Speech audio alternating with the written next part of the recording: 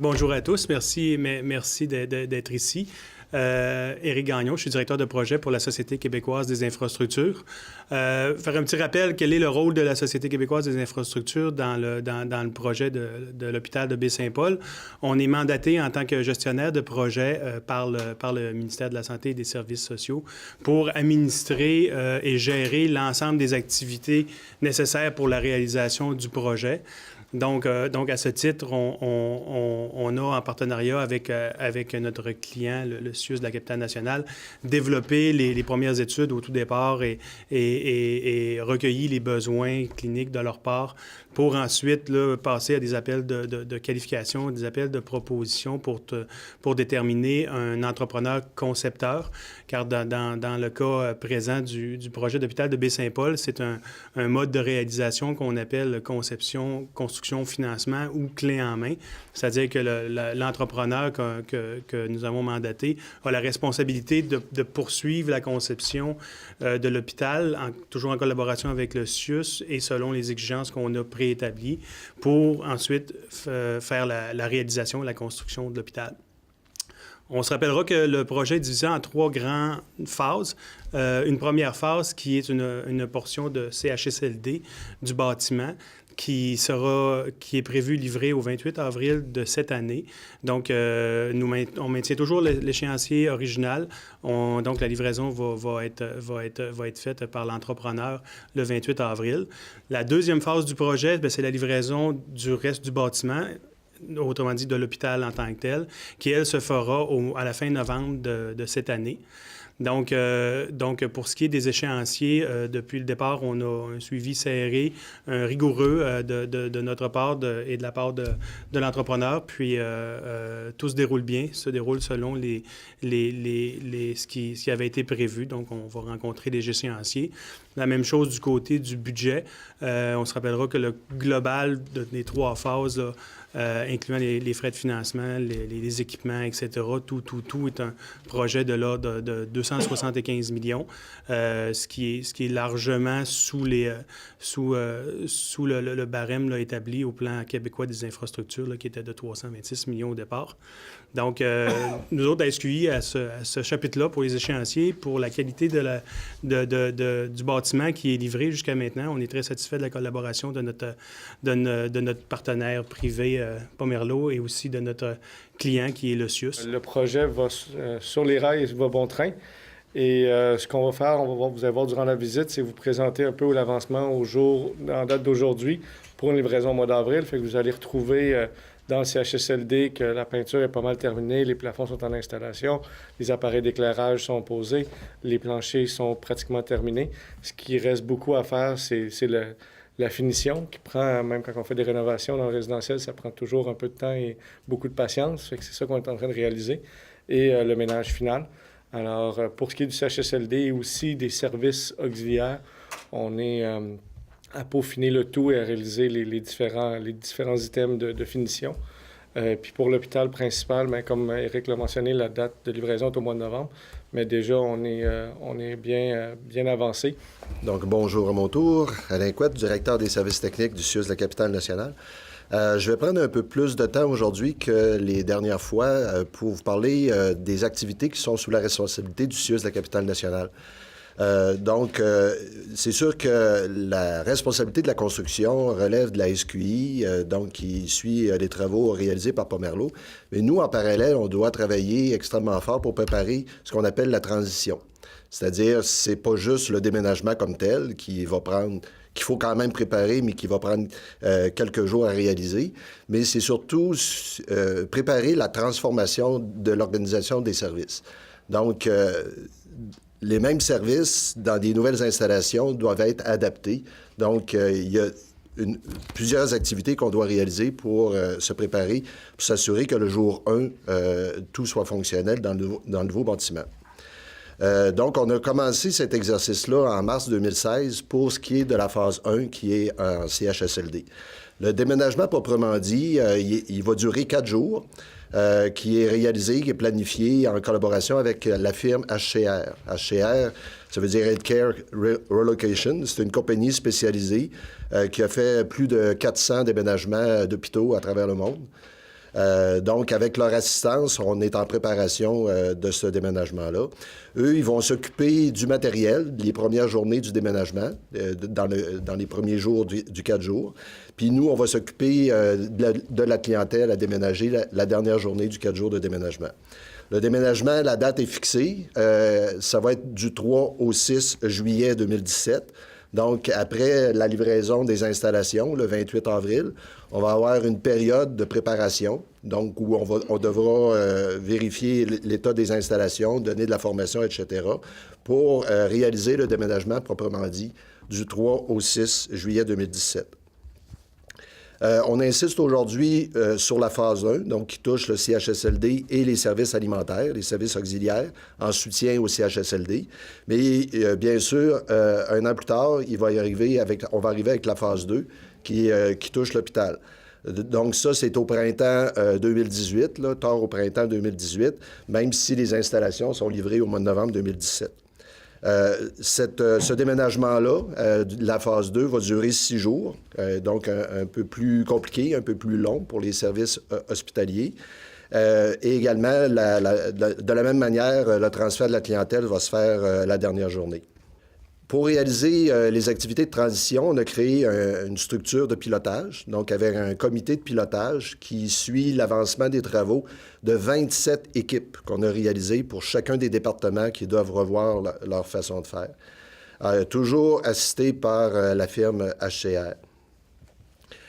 Donc, on a établi des plans détaillés qu'on suit pour s'assurer que le jour 1, tout soit fonctionnel, que le déménagement des usagers se fasse de façon sécuritaire et qu'il y ait le moins possible de perturbations ou d'interruption du service. Donc, il y aura une diminution progressive des services les jours précédant le déménagement, puis une reprogression des services après le déménagement pour revenir au même niveau ou mieux, idéalement.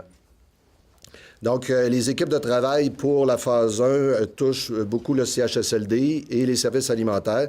Pour la phase 2, donc, tous les services d'hospitalisation de courte durée, le bloc opératoire, avec tous les départements sont à pied d'œuvre. Chacune des 27 équipes ont 3 mandats à réaliser. Le premier étant de revoir les processus de travail. Donc, donner un exemple... l'unité d'urgence va être en surface, en superficie 2 fois plus grande que dans le bâtiment actuel. Fait que nécessairement, la façon de travailler fonctionnellement va être différente. Donc, on doit revoir les processus. Identifier et donner la formation aux employés. Donc, ça, c'est un autre élément qui doit être planifié par ces équipes-là. Puis, préparer les espaces de travail, puis la mise en service des nouveaux équipements. Spécifiquement pour le CHSLD, donc, il y a 2 CHSLD qui vont être déménagés. Un qui est dans le bâtiment actuel de l'hôpital, puis l'autre, c'est le centre Pierre-Dupré. Donc, les 2 vont être déménagés au même moment, au début juillet. La majorité des équipements qu'on utilise dans le CHSLD vont être déménagés. Il y a quelques équipements qui vont être achetés, mais c'est prévu dans les budgets du projet. Quelques mots sur ce que vous allez voir tout à l'heure, le nouveau CHSLD, les caractéristiques de cette nouvelle installation. Donc, c'est un milieu qui a été conçu en prenant les meilleures pratiques qui existaient à travers le monde. Donc, c'est à la fine pointe des meilleures pratiques en hébergement. La même chose pour les services alimentaires. Ça va permettre, avec l'aménagement qui sera fait, d'améliorer la qualité de l'offre alimentaire. Les systèmes de ventilation sont à 100% d'air neuf. Donc, contrairement aux exigences, on va un peu plus loin, on surpasse les exigences. Donc, il n'y a aucune recirculation d'air. C'est améliore le confort des résidents. Les planchers sont chauffants, des planchers radiants. Donc, ça donne une chaleur uniforme à la grandeur de l'installation. Tu as un meilleur confort, une meilleure stabilité de la chaleur à grandeur, de la répartition de la chaleur à grandeur du bâtiment. La climatisation dans les espaces communs, donc qui va permettre, en période de grande chaleur, d'améliorer également le confort. L'accès Internet Wi-Fi au niveau du CHSLD à 100%. Il y a 9 salles à manger, 9 salons qui sont prévus, avec les cuisines sur chacun des étages.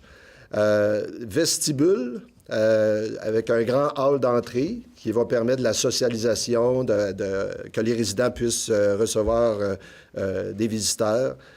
Des bancs qui sont installés un peu partout, dont en avant de l'ascenseur, pour tenir compte que les gens s'y attendent un peu, qu'ils puissent s'asseoir. Au niveau des chambres, il y en a 103 qui sont prévues pour recevoir les 2 CHSLD existants.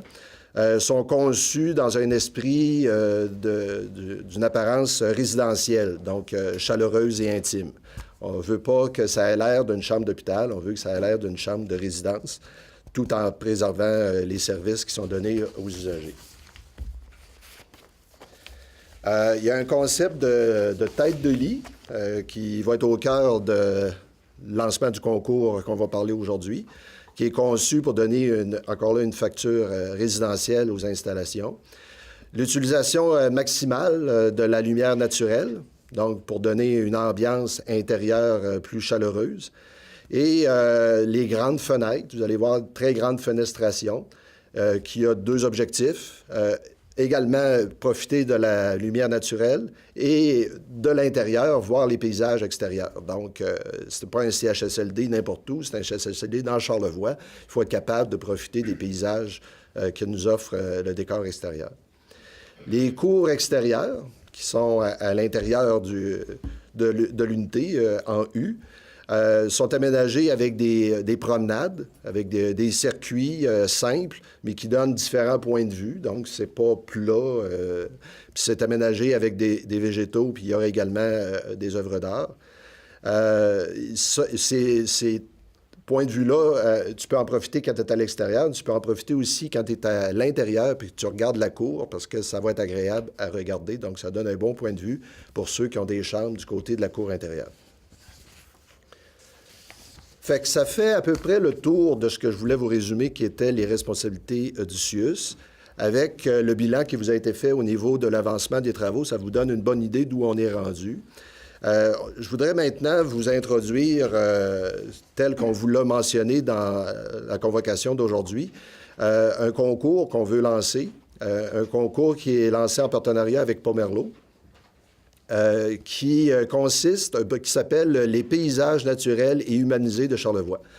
Donc, les paysages de Charlevoix, comme on l'a mentionné, stimulent l'imagination puis invitent à la création. On veut miser sur la grande beauté des paysages pour amener ça à l'intérieur du bâtiment, donc pour augmenter la fierté de cette installation-là dans la population de Charlevoix. Pour ce concours, qui est donc une initiative de Pomerleau, on veut valoriser les espaces naturels. Donc, c'est avec une grande fierté que nous allons inviter les Charlevoisiennes et Charlevoisiens à participer au concours. Ils auront des bénéfices, mais le principal étant que leur photo sera immortalisée dans les murs du nouveau centre hospitalier. En effet, il y aura 4 photos gagnantes qui vont être sorties du concours, qui vont servir, qui vont être imprimées en verre, sur fond de verre, en 10 exemplaires grand format. Puis ces œuvres deviendront également les têtes de lit installées dans 40 chambres du secteur hospitalisation. Il y a 4 thèmes possibles. Ce sont les thèmes qui ont guidé la conception de l'hôpital, donc et du CHSLD. Alors, les 4 thèmes, si vous me permettez, je vais les lire. Donc, la vallée du Gouffre pour la rivière, la forêt Piémont-Laurentien pour les montagnes, l'herbier maritime du fleuve Saint-Laurent pour les berges et les activités agricoles de la vallée et des hauts plateaux cultivables, donc les champs. Alors, on a la possibilité de transmettre notre vision des paysages en photo pour qu'ils soient immortalisés. Alors, c'est pas rien comme fierté si on est gagnant, puisque, comme disait M. Couette, 4 photos seront gagnantes, une par thème, imprimée sur verre, mais quand on dit grand format, c'est 1,9 mètres par 1,6 mètres sur verre à la tête des lits. Donc, les paysages seront à l'extérieur, dans la cour intérieure, mais également dans la chambre. Et en fait, ça nous permet aussi de créer un lien. Hein? c'est pas l'hôpital, le CHSLD, c'est pour les gens, par les gens d'ici. Donc, leur vision, leur inspiration, la beauté des paysages sera partagée avec les résidents. Donc, ça va embellir le milieu, ça va être inspirant, apaisant. Alors, le concours se déroule à compter d'aujourd'hui, dès maintenant. Tout est en ligne, toute l'information est là. Photo numérique, JPEG, les détails également. Et se termine le 10 mars prochain. Donc, il y aura un jury composé de personnes dont les connaissances sont reconnues, soit du côté des arts visuels, culturels, de l'architecture ou du design intérieur. Donc, un jury qui n'est pas issu du CIUS de la capitale nationale, donc qui va être à même d'apprécier la qualité des photos.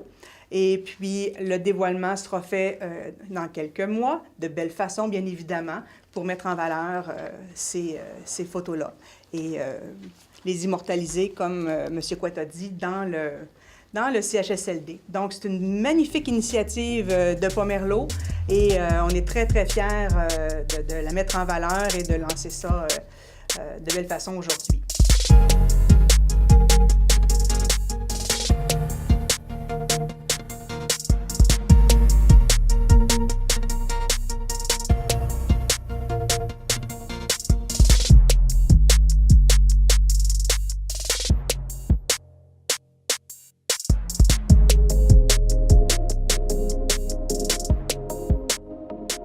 Qu'est-ce qu'il reste à faire d'ici le 28 avril, journée où vous allez remettre les clés à M. Gagnon là, de la Société des infrastructures du Québec? Il reste tout et rien à faire. C'est-à-dire que tout, comme vous avez pu voir le long de la visite, les finis de plancher, la peinture, les plafonds, l'éclairage, tout est installé, mais rien, on pourrait dire, n'est fini. Puis ça, on travaille d'arrache-pied dans les prochains mois, et surtout le prochain mois, le mois de février, critique pour Pomerleau, parce qu'on doit vraiment réaliser, finaliser tout ça pour après ça s'assurer que tous les systèmes sont en fonction. Comme il a été discuté avec M. Gagnon et M. Couette, nous, notre responsabilité, c'est que le 28 avril, on livre un CHSLD fonctionnel avec tous ces systèmes. Puis c'est ça qu'on va faire. Mais pour le faire, il faut vraiment travailler d'arrache-pied dans les prochains mois. Le calendrier et le budget sont respectés. C'est quoi votre recette? Il n'y a pas de recette. C'est de travailler au jour le jour, puis de travailler correctement et avec les bons partenaires. On travaille en collaboration avec la SQI et le CIUS. C'est donnant-donnant d'un certain point de vue, puis c'est aussi donnant-donnant aussi avec nos sous-traitants. C'est de respecter tout le monde qui est sur le chantier, parce qu'il ne faut pas oublier, Pomerleau est l'entrepreneur général, mais il y a une gamme de sous-traitants, d'employés. Il y a 200 à 230 travailleurs qui travaillent ici chaque jour, puis il n'y en a pas 230 de Pomerleau. Il y a 200 employés qui travaillent d'autres. Il y a les sous-traitants en électricité, en plomberie, en mécanique, en système intérieur, en fenestration. Il y a eu le maçon aussi qui a travaillé d'arrache-pied durant tout l'été. Vous avez dû le voir, ça a monté très vite la maçonnerie. Fait que c'est tout ça, c'est qu'on travaille en collaboration avec notre équipe qui inclut tout le monde qui travaille sur le projet, ainsi que les professionnels. Un chantier, donc, comme je le disais lors du point de presse, là, sans histoire pour vous, c'est du bonbon, ça, quand un journaliste arrive à cette conclusion-là? Bien, le journaliste est arrivé avec la même conclusion la dernière fois parce qu'on avait dit, je n'ai pas dit qu'il était sans histoire, j'ai dit qu'il y avait plein de belles histoires puis une belle fin. Fait que c'est encore une fois, c'est ça qui arrive. Il y a toujours un lot de défis à chaque jour. On travaille même les fins de semaine, les soirs, pour répondre à toutes les demandes et intégrer tous les besoins, puis aussi s'assurer que notre échéancier et nos budgets sont respectés. Mais c'est qu'il n'y a pas de catastrophe, on pourrait dire. Il y avait un gros défi au début pour l'amélioration des sols, pour s'assurer qu'on respecte le sismique. C'était la pierre angulaire du projet. C'était là où est-ce qu'on avait vraiment des défis à relever. Et comme Julien l'avait dit à la première conférence de presse, c'est sûr que cette année-là, on a été choyé avec un automne qui a été chaud, qui nous a permis d'accélérer la cadence de ce côté-là, puis d'ériger la structure pendant l'hiver. Fait que dès que le projet démarre correctement, après ça, il faut juste s'assurer de le garder sur les tracks. Vous avez parlé des normes parasismiques, c'est beaucoup ce qui explique pourquoi il y a un nouvel hôpital et un nouveau CHSLD. Les deux bâtiments de l'extérieur, on dirait qu'ils n'en forment qu'un, mais ils sont détachés, là, justement pour respecter ces normes-là si un séisme majeur se produisait. Il n'y a pas juste ces deux bâtiments-là, il y a d'autres sous-bâtiments à l'intérieur. Aussi, le bloc de la chaufferie, qu'on appelle le bloc D, qu'on trouve plus vers l'arrière, ou le débarcadère, lui aussi est distinct. C'est vraiment une approche de structure qui fait que les bâtiments, s'il y a un mouvement, bien, ils bougent indépendamment pour s'assurer qu'ils restent intègres. Puis c'est parce que c'est vu comme un campus, un peu comme on pourrait dire. Puis c'est des modules qui vont jouer ensemble. Mais ils sont tous reliés dans le bas, pareil, par un radier que lui permet d'être appuyé correctement sur le sol qui est, plutôt faibles dans ces environnements-ci. Fait qu'il a fallu faire beaucoup de travail, mais il est appuyé sur le radier et c'est l'ensemble du bâtiment qui est appuyé là-dessus. Mais la structure d'acier qui monte, elle, en étage, est distincte à certains endroits pour permettre le mouvement lors de tremblements de terre. Sentiez-vous, avec tout ce qui avait pu couler comme encre concernant ce dossier-là, sentiez-vous qu'il y avait beaucoup de paires de yeux au Québec qui vous regardaient aller dans ce dossier-là? Évidemment, c'est un projet qui est quand même de grande envergure. C'est de l'ordre de 275 millions. Donc, évidemment, puis c'est un projet pour le public dans une communauté qui est assez petite. Donc, évidemment, on voit qu'il y avait beaucoup d'intérêt de la part de la population et d'un peu tout le monde. Donc, oui, on sent qu'on est observé, mais on sent aussi qu'il y a beaucoup d'intérêt pour le projet, puis ça nous fait plaisir. C'était-tu un test pour votre société avec tout ce qui a pu se passer dans les dernières années au niveau de la construction, des extras, etc., etc.? Je ne ferai pas l'histoire, on va être encore là demain matin, là, mais voyez-vous ce projet-là comme un test ici, là? Comme un test, non. Comme une belle réalisation de la part de notre organisation, oui. C'est un projet majeur. Évidemment, on a d'autres projets majeurs en cours. C'est un bon exemple de projet pour nos projets futurs. Puis évidemment, bien, on continue toujours de développer nos méthodologies, de s'assurer de la rigueur de nos processus pour arriver à faire d'un succès tous nos projets. Donc là, vous allez ramasser ce bâtiment-là, en fait, en prendre possession le 28 avril. À partir de là, c'est quoi?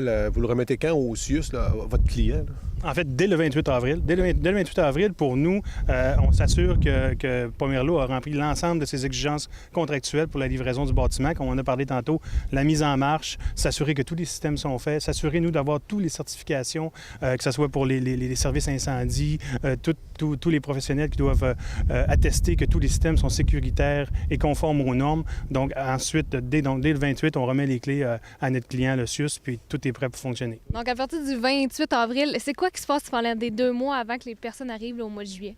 Donc, on a nos gens pour chacun des départements qui viennent sur les lieux puis qui prennent possession des installations. Donc, ils s'assurent que tout est fonctionnel. Donc, il y a des mises en service au niveau des équipements. Puis, ils s'assurent que la préparation du déménagement pour que le jour 1, tout soit fonctionnel puis qu'on n'échappe à rien. Avec les employés, est-ce qu'il y a des formations à faire parce que les emplacements sont différents? Absolument. Bien, ça fait presque 1 an qu'on travaille sur la préparation au niveau de ce qu'on appelle la transition, c'est-à-dire que l'ensemble des employés sont impliqués. Donc, on analyse qu'est-ce qu'il y a à faire, les changements à leur façon de faire, et il y a de la formation qui est donnée. Donc, la formation débute ces jours-ci. On n'attend pas le 28 avril, mais on va faire des pratiques comme des générales à partir du moment où on va avoir l'installation qui va nous être livrée. La clientèle du CHSLD du nouveau versus l'ancien, comment l'offre va être bonifiée pour elle?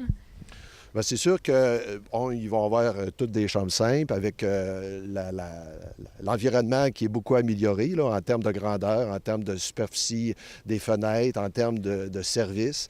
On sait qu'on a vu qu'il y avait 3 salons, cuisinettes sur chacun des étages, donc 9 salons au total, avec des espaces pour pouvoir recevoir les visiteurs puis socialiser entre résidents.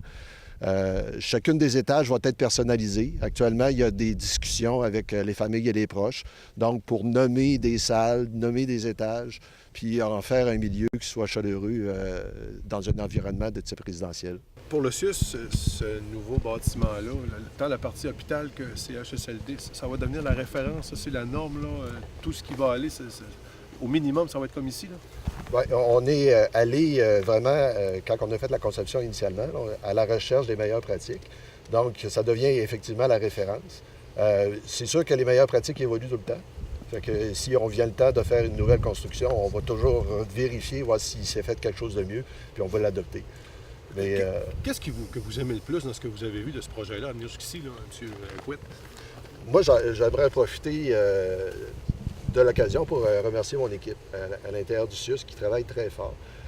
Comme on disait tout à l'heure, le résultat que ça va donner, là, la fierté du résultat, du succès qu'on va avoir, c'est le fruit d'un travail intense du CIUS, de la SQI et de Pomerleau. Puis c'est le travail, la communication constante depuis 2 ans qui fait en sorte qu'on va avoir un résultat intéressant, puis c'est ça qui me rend fier.